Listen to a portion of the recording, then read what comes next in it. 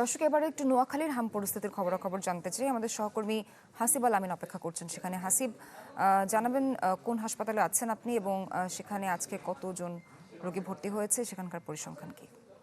নাবিলা, আমি এই মুহূর্তে অবস্থান করছি নোয়াখালীর 250 শয্যা বিশিষ্ট জেনারেল হাসপাতালে। এখানে 15 শয্যার শিশু বেড অনুমোদন থাকলেও কেবলমাত্র আইসোলেশন ওয়ার্ডেই রয়েছে হাম, যেখানে 94 জন শিশু। গত 24 ঘন্টায় এটা আমাদেরকে এখানকার যিনি দায়িত্বে রয়েছেন তত্ত্বাবধায়ক আমাদেরকে জানিয়েছেন।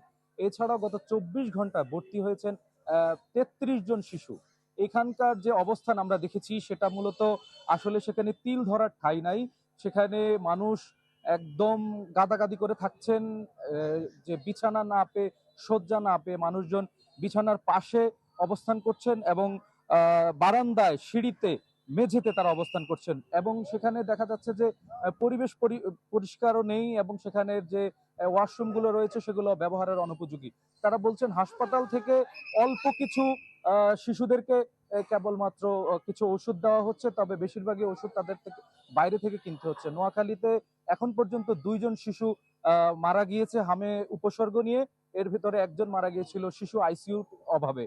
এখানে যে 250 শয্যা বিশিষ্ট হাসপাতালের একটি নতুন ভবন হয়েছে, কিন্তু এই ভবনটি স্থানান্তর না করার কারণে গাদাগাদি করে রোগীদেরকে থাকতে হচ্ছে, সেবা নিতে হচ্ছে। এতে করে আক্রান্ত ও আরো সংখ্যা দিন দিন বাড়ছে। যে ঘরের একজন শিশু আক্রান্ত হয়েছেন সে ঘরে আরো একাধিক শিশু আক্রান্ত হচ্ছেন।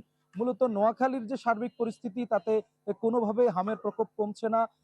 যদিও টিকাদান কার্যক্রম লক্ষ্যমাত্রা থেকে বেশি হয়েছে, তবে জেলা সিভিল সার্জন জানিয়েছেন সেটা ফলাফল পেতেও আরো 2-3 সপ্তাহ পর্যন্ত অপেক্ষা করা লাগতে হবে।